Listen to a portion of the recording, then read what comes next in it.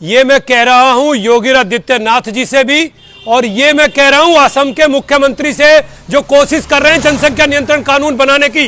किसी कानून की जरूरत नहीं है हमें, क्योंकि जो भी कानून आप लोग बनाओगे वो कानून सिर्फ हिंदुओं पर लागू होगा, और उसकी वजह से जो लोग आज की तारीख में 2 से अधिक संतान पैदा कर पा रहे हैं, आप उनको जेलों में डाल दोगे, और जो भी जनसंख्या बढ़ पा रही है वो भी रुक जाएगी। और इसका फॉल आउट दिखेगा कि जो दूसरे लोग हैं उन पर कोई बंदिश नहीं होगी। उस स्थिति में देश बहुत भयावह हालात में पहुंच सकता है। हमारे हाथों से सत्ता निकल जाएगी, और उस हालात के बाद आज जो लोग देश को हिंदू राष्ट्र बनाने से डर रहे हैं ना, कल वो लोग देश को इस्लामिक राष्ट्र बनने से रोक नहीं पाएंगे।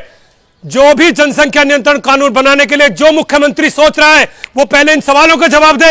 यदि जनसंख्या नियंत्रण कानून बनाना है तो यह तय कराओ कि जिसने तीसरा बच्चा पैदा किया उस आदमी और औरत दोनों को उठाकर तत्काल जेल में डाल दिया जाए।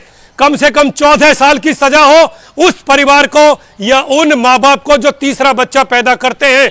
साथ में उस आदमी को भी 14 साल की सजा हो उस औरत के साथ जिसने दूसरी शादी की है। अगर ये ला सकते हो तो जनसंख्या नियंत्रण कानून बनाने की सोचना।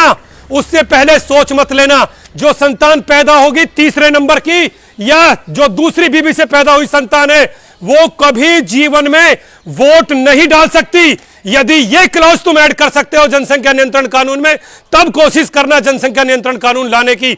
और उनके द्वारा भविष्य में जितने भी बच्चे पैदा किए जाएं, चाहे वो अगले 100 साल या 1000 साल में पैदा हों, वो कभी भी वोट ना डाल सकें। यदि ये कंटेंट कानून में आ सकता हो तब आप सोचना कि जनसंख्या नियंत्रण कानून लाने लायक है। उससे पहले कल्पना भी मत कर लेना।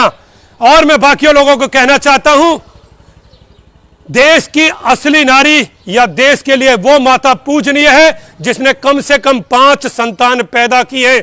चालू करो, एक दिन ऐसा हो जिस दिन उन माताओं का पूजन हो जिन माताओं ने कम से कम 5 संतानें पैदा की हैं। वही देश के लिए कर रही हैं, वही धर्म के लिए कर रही हैं, और वही इस धरा से बोझ को एक दिन समाप्त करेंगी। उन्होंने अपने ऊपर लगे हुए अपने दायित्व को निभाया है। मैं उन सभी माताओं को प्रणाम करता हूं। और साथ में सुनना, जिस समय विवाह वेदी पर पढ़ा जाए, सभी ब्राह्मणों से कह रहा हूं कि एक वचन और भरवाइए कि कम से कम 5 बच्चे पैदा करने हैं। यदि तुम संतान पैदा करना आरंभ नहीं करोगे तो सत्ताएं छिन जाएंगी और तुम मोहताज हो जाओगे। अब वो समय नहीं है कि 800 साल 714 से संघर्ष आरंभ हुआ है हिंदू धर्म का, और तब से 1857 तक हम तलवारों के दम पर अपने धर्म को बचा पाए। लेकिन अब वो समय नहीं रहा जब तलवारों और हथियारों के दम पर देश बचाया जाएगा। अब देश बचेगा जनसंख्या से, अब देश बचेगा वोटिंग राइट से।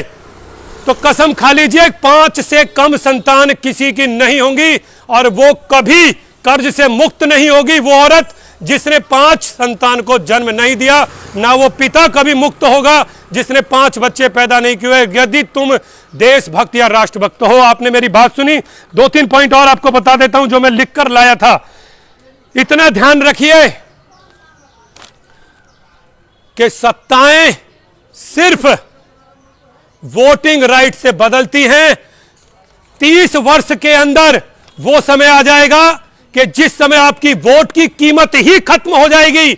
सारा वोटिंग राइट सामने वाले के पास होगा और आप मोहताज के अलावा कुछ नहीं रह जाओगे। बहुत बहुत धन्यवाद आपका।